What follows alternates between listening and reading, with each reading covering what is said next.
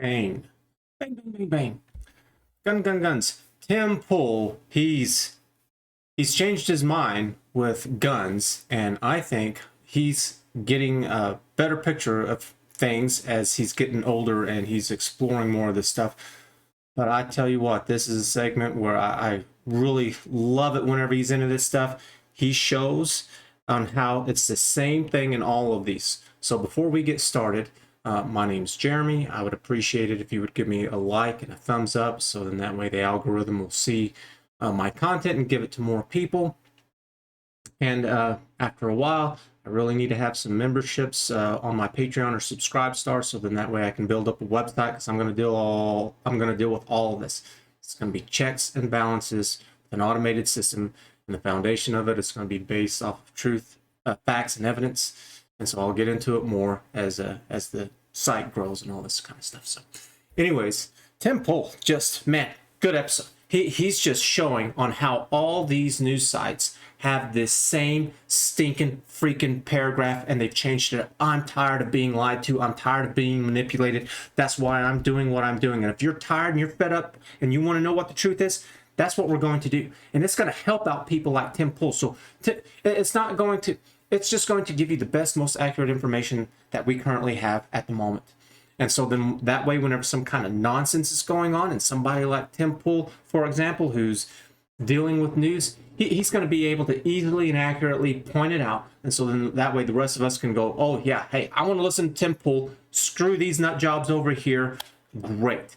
Now that we're not wasting our time with all of this, let's get down to something that's more interesting and what's real. And so all this stuff with gun control nonsense, it's ridiculous. Being able to 3D print guns, you can, even before 3D printing, and that's really kind of difficult to do. It's not like it's a big thing, but it's only a matter of time until you are able to do that, because it's going to be like every other technology out there. It's going to get cheaper the more widespread it becomes, and you're going to be able to find this more and more. But you can mill a gun though at your home without any kind of numbers or anything like that, or from a shop or something like that, and people do that a lot. And that way you can't register it, you can't track it. I don't understand why people are so stupid too that they think that these laws are going to do anything. It's like, it doesn't matter where you are in the world. There is no place that you can go and you can just start killing people. And murder has been illegal globally, and it's still an issue. So, if we already have that on the books, then what's the deal with the gun control stuff? It doesn't matter if you have it or not. It's still illegal to kill somebody. They're still going to get guns, just like drugs. Drugs are illegal, but yet you have people out there who sell them and buy them. Selling and buying are both illegal, and they still do it. Putting another gun control regulation on the books doesn't change anything. Why? Because the black market is still there. It's not going to change the black market. They're still going to go, and they're still going to get their drugs, their guns, whatever it is that they want to do. The human trafficking that they do, it doesn't do anything.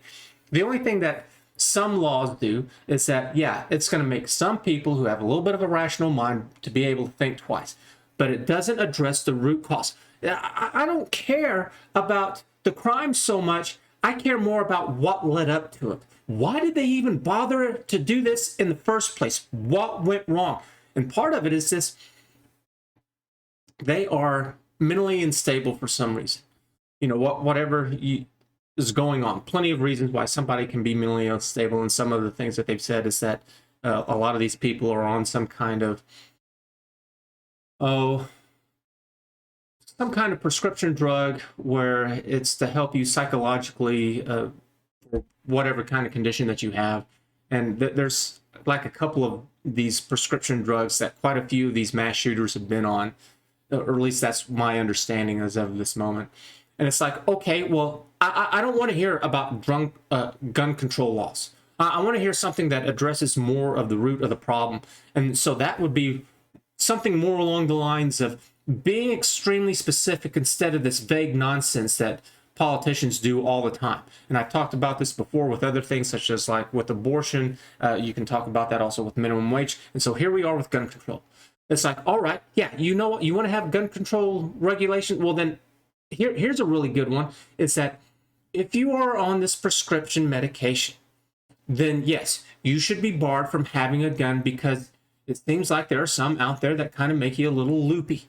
It's like, I'm all for that. That is extremely specific. There is no reason why everybody needs to be punished because of a few people. There are millions of guns out there. And there are millions of people who do absolutely what they're supposed to. So why would you do something that affects every single one of them? I want a solution, and that means specifically zeroing into this stuff. I don't want some kind of broad stuff that it doesn't have a damn thing to do with you. Are you going to go out there and start killing people? No, you're not. I have been playing games since I was a little kid and played all kinds of, especially whenever I was younger, these mass shooter games. Man, me and my friends and my cousins and my family members didn't go on any kind of mass shooting spree. It's ridiculous. Same thing with movies. Didn't ever happen. You're insane if you're one of those people who believe that. Or you are just incredibly stupid beyond belief. These movies and these games where they're blockbuster hits, and everybody's into them. You don't see this massive swell of mass shootings that go on every time a movie or a video game that comes out. I'll stop there. You get the point. So, yes, I want something extremely specific. The only time whenever I hear something like this, all I hear is, oh, this is the government that's going to step on in and they're going to start charging more, making more so that they can make lives more difficult for the rest of us, but great for them because they're going to put their hands in that cookie jar. And it happens all the time. It is literally corruption. This is virtue signaling. This is, oh, well, look at what we did. And Tim Pool, he's going over this stuff, and he has guns. He has a lot of them. He's bought several of them because he was kind of pissed off with his situation that he had going on. And he's like, his eyes have opened up. And you know what really happened? It's that you need to play devil's advocate. You need to try to understand what the hell's going on with the other side. And there was some kind of poll, and Tim Pool talks about this some, and that is whenever they went out and they polled what was going on with conservatives or with Democrats and with Republicans, that Democrats only watch news from Democrat sources and Republicans watch both. And it's like, well, that would make sense. That's why Republicans, it seems like, are a little more well-grounded in reality, and Democrats are out of their damn mind. I don't think it's so much because they're stupid. I think it's because they just live in these echo chambers. And they have this unusual high level of fear, such a fear that they don't even want to talk. And you see it because in campuses, for example, they'll shut down some conservative speaker. Ben Shapiro, he got a lot of attention for being shut down. That was several years ago. I don't know if it's still going on today. I haven't kept up with all of that. But it's like he's just talking. It's like, holy crap. How weak and pathetic. I have no respect for you. And this is one thing that I don't like with Tim. It's like, he'll like, well, I respect the person for this. It's like, no, they're liars. There's nothing to be respectful about if they're liars. That's what happens whenever you go to court. If you go to court and you're before a judge, and if you're caught lying, which is one of the big things that a judge tries to do, is try to find inconsistencies about you lying, then that's it. Because if you're lying about one thing, that there's no way to assume that anything else that they're saying is true. You should assume that everything else is a lie. And it's a great way for a judge to be able to say, you know what, we're done here. Because I can't believe anything coming out of your mouth. Well, you lied here, and maybe they're lucky and they find 2 or 3 things that they lied about. It's like, I'm not going to believe anything else that you said. And it's like, why should you? Why should you? Why are you lying in the first place? So, yeah, I don't like it. One of the problems that we have is that we're not upgrading technology to keep up with the things that are going on today. So, for example, we have way too many politicians because we did have to have it back in the day because we would elect a representative from our area to go to the state capitol or the national capitol because we couldn't have the whole community go there and do that and stop everything. But today we can't. We can't have the whole community involved, and it's because of this. Computers and the internet, so we can vote on things directly, and we don't need probably not even half of the politicians that we have right now. And so we'd be able to cut down on budget and spending and all this stuff. It's just this big monstrous loop of nonsense. I don't like it, and I'm going to fix it. I can't do it all by myself, not by any stretch of the imagination. I need your help and everyone else. And so if you're tired of all this, if you would like life to be easier, because part of being able to conform means that things get done easier. It's not diversity. It is absolute not diversity. That is an absolute positively 100% lie. So imagine if you had diversity whenever you were driving on the road and you didn't know what anybody was doing and anybody could do whatever they wanted to. It would be pandemonium chaos. And also there would be a lot of casualties and deaths because these are big vehicles of incredible speed surrounded by strangers. It's like, but whenever everybody conforms, so it's like, yes, there are times when you absolutely should conform. And then there are times whenever, like, especially whenever you're at home, it's like, who cares? Do whatever you want. Find others who are also into it and have fun doing whatever you want to do. But whenever it goes out there into the real world, whenever you are with other people, I don't care about your games that you're doing. I don't care about your feelings. I cannot learn about 7.5 billion people. I can't learn about 350 million people in the US. I can't do any of that. It is literally impossible. There's not enough time in the day. There's not enough time in a lifetime for anybody to be able to do anything remotely similar to that. And this is something that Jordan Peterson talks about. I'm going over the 12 rules of life that he wrote, and I'm applying it. And this is one of the things that he talks about, is that whenever people conform, especially with society, culture, and traditions and all this, it makes people happier. And you know why? Because you know what to expect. You're tampering down on all this chaos nonsense. And so what should you do? It has nothing to do with, well, black, white, man, woman, gay, straight, or whatever. It's like, no, what's the most effective and efficient? What's getting the job done? And so traffic is a great example of it. Let's make it as effective and efficient and as safe as possible whenever we're out there driving. And how nice it is. Just weave in the road. Go weaving back and forth in the road, even though nobody's around, but do that at like 2 o'clock in the morning and do that right past the cop. You know what he's going to do? Man, those sirens are going to go off. He's going to think, man, here's some kind of drunk leaving the bar. I'm going to go pull this fool on over. It's just weaving. It's just weaving. There's no diversity with driving at all. And don't, man, you go and you do something like that, yeah, good luck with you, because I'm not telling you to do it. But if you're so delusional, it's like, go do it at 1 o'clock in the morning. Go ahead and get arrested because you don't belong in the streets. So, and all that stuff, you know, too, with, it's like with gun controls, going back on that, it's people who are mentally unstable, you know, so this is where socialism comes into play. It's like, yes, there is one category of people where socialism, where they kind of need to do what the best that they can, but they need a lot of help from other people, kind of along those lines.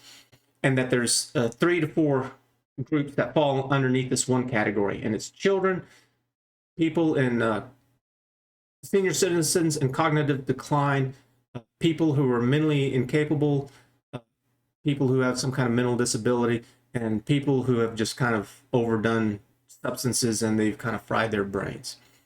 And so it's like, those are the people that it seems like they're the bad apples. They're the ones that kind of have this reoccurring thing. And so we have the main group I was saying was that these are people who are incapable of making decisions for their own. So we have something for children. You know, we have these adoption centers and orphanages to put children in, and foster families to take care of these kids. We don't let them loose out there on the streets. Same thing with senior citizens. We have senior citizen retirement homes. Why don't we have mental institutions to help with these other people instead of letting them roam around on the streets out there? I want to learn. And just doing this thing, it's like we have a big problem here, and we're just going to put a little Band-Aid on it. That's exactly what this bill is that they're trying to pass through the government. It doesn't address the issue. It's a tragedy whenever there's a shooting that goes on, but I want to know why. Tell me why this person did it, and let's address that. And so you know that it's absolutely wrong whenever it's something that affects everybody, about us being able to go out and buy a gun. No, I want to know specifically.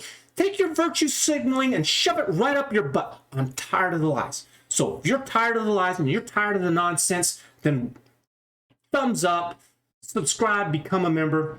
And if you would like to have a better, more productive life, then go over and watch my videos about Jordan Peterson's book, 12 Rules for Life, and how to have a more productive life instead of just sitting here watching a bunch of nonsense, because that's something else that I was doing. I was watching a bunch of nonsense on here, and I was procrastinating because it was like, well, if I would just learn more, then I would be even better at being able to do whatever it was. And then along the way, you know, you watch comedians and cat videos and whatever kind of nonsense they have, and then you've ended up wasted your day and you've done nothing. One of the things that I've learned is that it's much better for you to go ahead and just do it. And yeah, you're going to mess up. You should expect that. It's like you have to learn how to crawl before you can walk. And whenever you learn how to walk, you can run. And it's the same thing with everything. And then whenever you have problems, because we have the internet today, you can specifically go in and find the answers to it, instead of just vaguely kind of hoping that you're finding something out there. It's like, no, I'm going to clean all this up. And I'm not asking for the government's help because they're a bunch of screwballs. I'm doing it right. You know, the Constitution is for the people, by the people, to make a more perfect union or a better union. It's not for the government, by the government. It's we the people, not we the government. Tell you what, you burn that flag, because that's the way America was found. We burned that British flag to the ground. I don't hold any allegiances to those crooked politicians out there. Not at all. I hold allegiance to the people, and that means that flag burns. So I don't know. I'll explain all that more in case you don't understand. But I'm not fighting to make politicians richer, to make them more corrupt. It's the people. Whenever I was in the Army as a 19 Delta Cavalry Scout, that's exactly what I was doing. I did it because I wanted to safeguard my friends and my family, and yes, my country too, because whenever I view my country, it's not the government. It's the people. It's you. Absolutely. So I hope you enjoyed this episode, and we'll see you next time.